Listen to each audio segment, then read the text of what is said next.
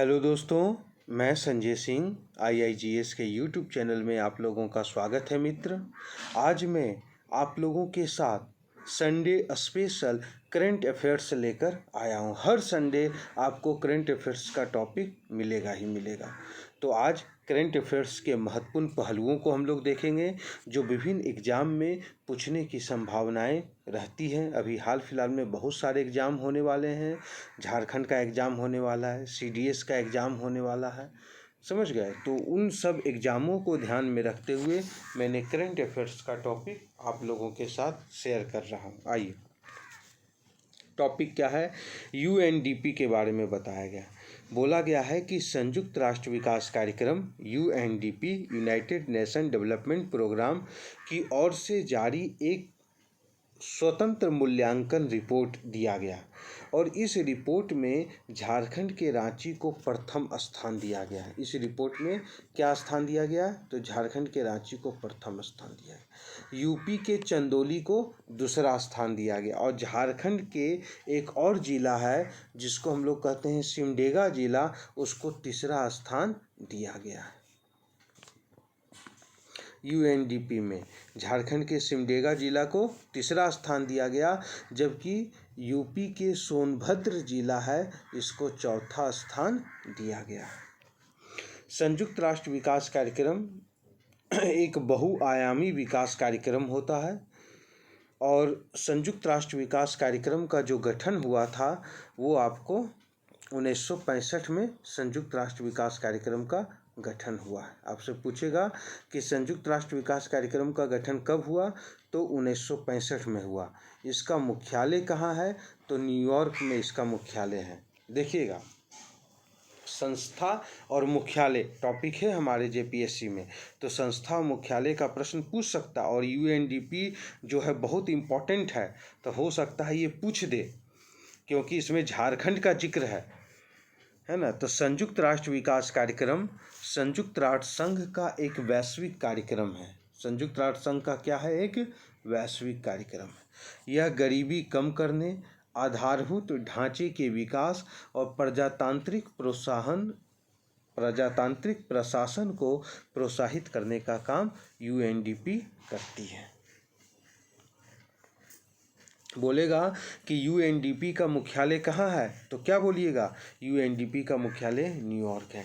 UNDP की स्थापना कब हुई थी? तो UNDP की स्थापना 1965 में हुई थी। UNDP क्या काम करता है? तो गरीबी को कम करने पर ये बल देता है। गरीबी को कम करने पर ये बल देता है, आधारभूत ढांचे के विकास पर ये बल देता है, प्रजातांत्रिक प्रशासन को प्रोत्साहित करने पर ये बल देता है।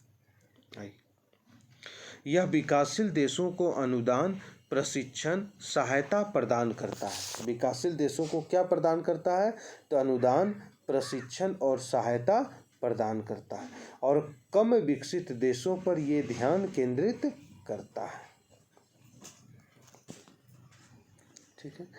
UNDP द्वारा जारी आकांक्षी जिलों का रैंकिंग इस प्रकार है। तो पहला स्थान किसका दिया गया?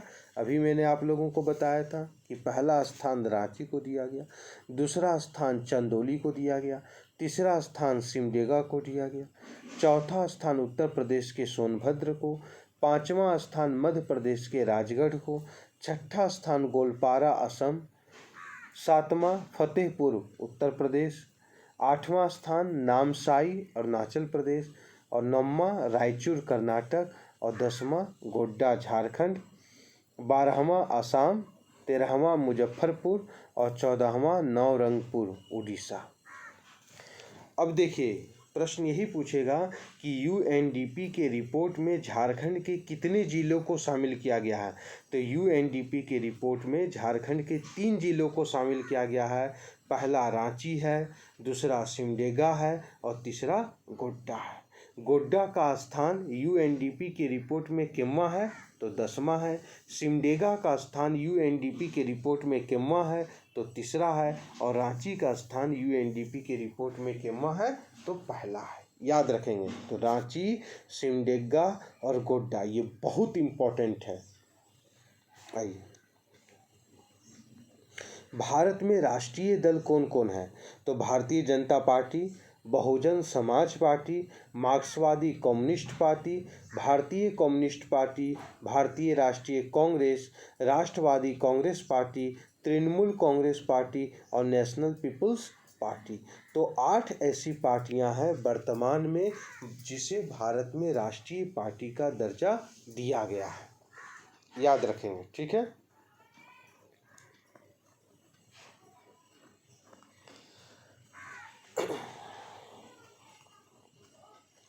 अगर इसमें सबसे पुरानी पार्टी आपको कहा जाए तो भारतीय राष्ट्रीय कांग्रेस की जो पार्टी है सबसे पुरानी पार्टी है। 1985 में इसका गठन किया गया था।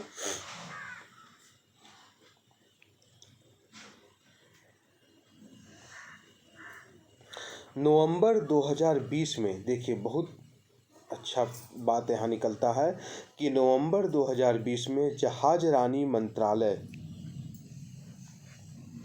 नवंबर 2020 में जहाज रानी मंत्रालय का नाम बदलकर क्या कर दिया गया है?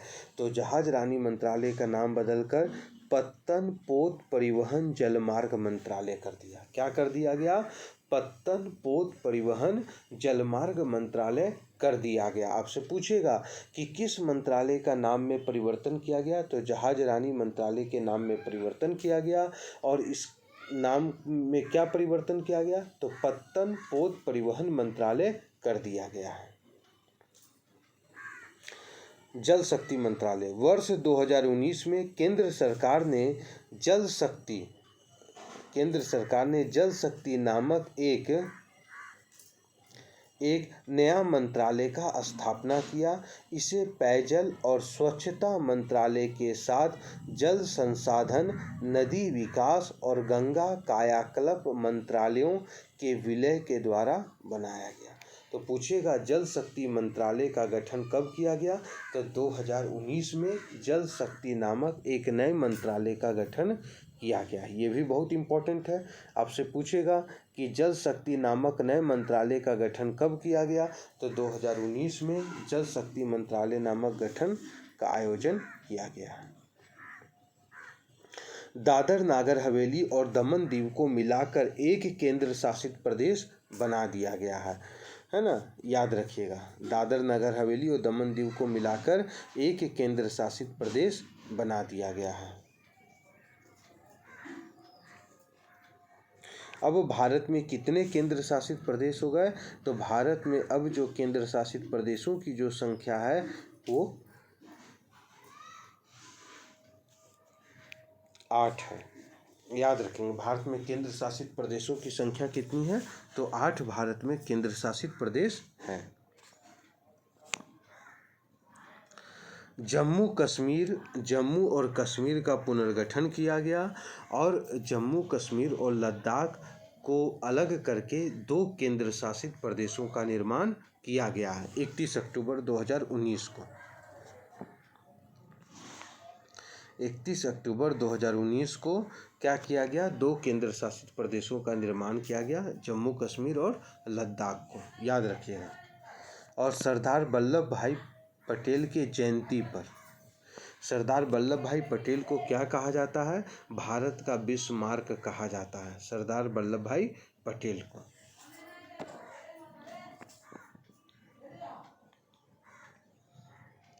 वर्तमान में देखिएगा, वर्तमान में पेट्रोल की बढ़ती कीमतों और प्रदूषण की चिंता के बीच केंद्र सरकार एथेनॉल के प्रयोग को बढ़ाने पर जोर दे रही है। हाल ही में केंद्र सरकार ने इस लक्ष्य पेट्रोल में 20% एथेनॉल मिलाने के लक्ष्य को हासिल करने के लिए तय अवधि को कम करते हुए 2025 कर दिया है। पहले जो इसका जो लक्ष्य था, एथेनॉल मिलाने का जो लक्ष्य था वो 2030 तक था कि 2030 तक 20% पेट्रोल में एथेनॉल मिलाया जाए, लेकिन उस लक्ष्य को कम करके 2025 कर दिया गया है। 2025 तक 20% पेट्रोल में एथेनॉल को मिलाया जाए। उल्लेखनीय है कि वर्ष 2020 में सरकार ने 2022 तक ईंधन ग्रेड के एथेनॉल को 10% पेट्रोल में मिलाने का लक्ष्य तय किया था। वर्ष 2014 तक भारत में औसतन सिर्फ 1 से 1.5% एथेनॉल मिलाया जाता था, लेकिन आज यह करीब 8.30% तक पहुंच गया है ना। इसका कहने का मतलब ये हुआ कि वर्तमान में पेट्रोल की बढ़ती हुई कीमतों और पेट्रोल के मांग को देखते हुए सरकार ने पेट्रोल के स्थान पर एथेनॉल के प्रयोग पर ज़्यादा बल दिया है कि नहीं। तो अब पहले बोला जा रहा था कि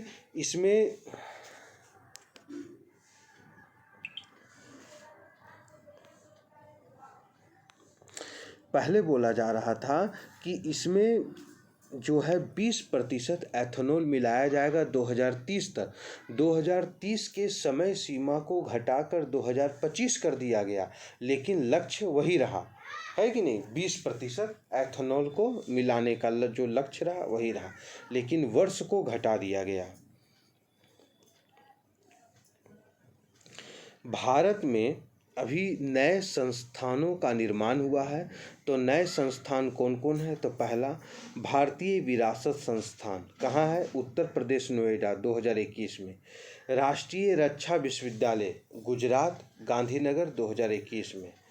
नेशनल फॉरेंसिक साइंस इंस्टीट्यूट, इसकी स्थापना कहाँ हुई? गुजरात के गांधीनगर में, वर्ष 2020 में। All India medical science Bathinda, इसकी स्थापना पंजाब के भटिंडा क्षेत्र में हुआ है 2019 में। ऑल इंडिया मेडिकल साइंसेज बीबी नगर, इसकी स्थापना तेलंगाना में हुआ। एम्स, देखिएगा अभी 3 एम्स का निर्माण हो चुका है। 2019 में 3 एम्स बन चुके थे, एक भटिंडा में, एक बीबी नगर में और एक गोरखपुर में। IIT रायचूर की स्थापना हुई है कर्नाटक में 2019 में, ठीक है। शिक्षा के क्षेत्र में सबसे शिक्षित वाले अगर राज्य को देखा जाए तो उसमें पंजाब का जो स्थान आता है, प्रथम स्थान आता है। दूसरा स्थान चंडीगढ़ का आता है, तीसरा स्थान तमिलनाडु का आता है और चौथा स्थान केरल का आता है। कहने का मतलब ये हुआ कि 1000 व्यक्ति में 929 व्यक्ति वहाँ पर शिक्षित हैं। उसी प्रकार से चंडीगढ़ में 1000 व्यक्ति में 912 व्यक्ति शिक्षित हैं। तमिलनाडु में 1000 व्यक्ति में 906 व्यक्ति शिक्षित हैं। उसी प्रकार केरल में भी 1000 व्यक्ति में 901 व्यक्ति शिक्षित हैं। अंडमान निकोबार में भी 1000 व्यक्ति में 901 व्यक्ति क्या हैं?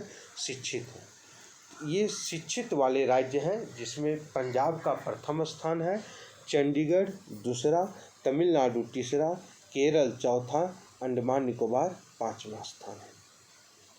मित्र, आज का जो मौसम है ना, बहुत सुहावना मौसम है। अभी देखिए बारिश हो रही है और वातावरण जो है पूरा का पूरा एकदम ठंडा वातावरण हो चुका है, आनंदमय। इस मौसम में ऐसा लगता है कि कोई एक कप चाय और पकौड़ी दे दे तो और भी सोने पर सुहागा हो जाएगा, है कि नहीं। वातावरण ही इस प्रकार से है, एकदम वर्षा हो रही है, हवा चल रही है, हवा के साथ साथ वर्षा, और हमारे सामने वृक्ष हैं, कुछ पीपल के वृक्ष हैं जो 24 घंटा ऑक्सीजन देते रहते हैं। बहुत ही वातावरण के लिए बहुत लाभदायक वृक्ष हैं, पीपल और नीम का वृक्ष। हमारे घर के फ्रंट पर ये सब वृक्ष है। आइए हम लोग आगे चलें। कहाँ पढ़ रहे थे हम लोग? हाँ, पार्टी पढ़ लिए, जल शक्ति मंत्रालय भी पढ़ लिए, दादर नागर हवेली जम्मू कश्मीर पुनर्गठन, एथेनॉल ये भी पढ़ चुके हैं। कुछ नए संस्थान का निर्माण हुआ। शिक्षा के स्थान में पंजाब का प्रथम स्थान, चंडीगढ़ दूसरा, तमिलनाडु तीसरा, केरल चौथा, अंडमान निकोबार 5वां है। देखिए 16 जुलाई 2021 को कानून मंत्रालय के न्याय विभाग के द्वारा अधिसूचित एक आदेश के साथ ही common high court of UT of Jammu and Kashmir and UT of Ladakh का नाम बदलकर जम्मू और कश्मीर और लद्दाख उच्च न्यायालय कर दिया गया है। समझिएगा बात को। पहले क्या था कि जम्मू कश्मीर जो था उसके जो उच्च न्यायालय थे, उस उच्च न्यायालय को कॉमन उच्च न्यायालय था, जम्मू कश्मीर और लद्दाख का कॉमन उच्च न्यायालय था। समझ गए ना बात को। अब उसका नाम चेंज कर दिया गया है, अब कर दिया गया है जम्मू और कश्मीर और लद्दाख उच्च न्यायालय कर दिया है। दो अलग अलग उच्च न्यायालय कर दिए, जम्मू कश्मीर का अलग उच्च न्यायालय, लद्दाख का अलग उच्च न्यायालय। 16 जुलाई 2021 को कर दिया गया है। हाल ही में भारत का पहला खाद्यान्न एटीएम हरियाणा के गुरुग्राम में स्थापित हुआ है। इस चीज़ को ध्यान में रखिएगा, हरियाणा के गुरुग्राम में क्या स्थापित हुआ है? खाद्यान्न एटीएम स्थापित हुआ है। और इस एटीएम में क्या होगा कि 5 से 7 मिनट के अंदर आपको 70 किलो अनाज आप निकाल सकते हैं।